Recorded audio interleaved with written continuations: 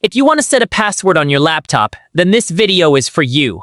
Make sure you watch this video until the end and don't skip any part, because every step is important. A password helps protect your laptop and prevents other people from accessing your account without your permission.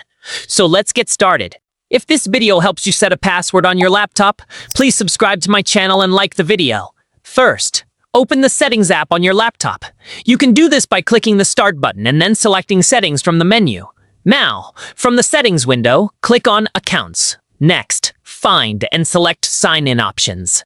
Here, you will see different ways to sign into your laptop, such as a password, PIN, fingerprint, or face recognition.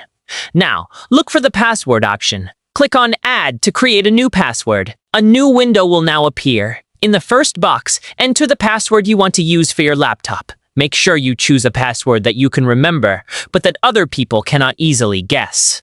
Next, enter your password again in the confirmation box to make sure both passwords match. Now, you can enter a password hint.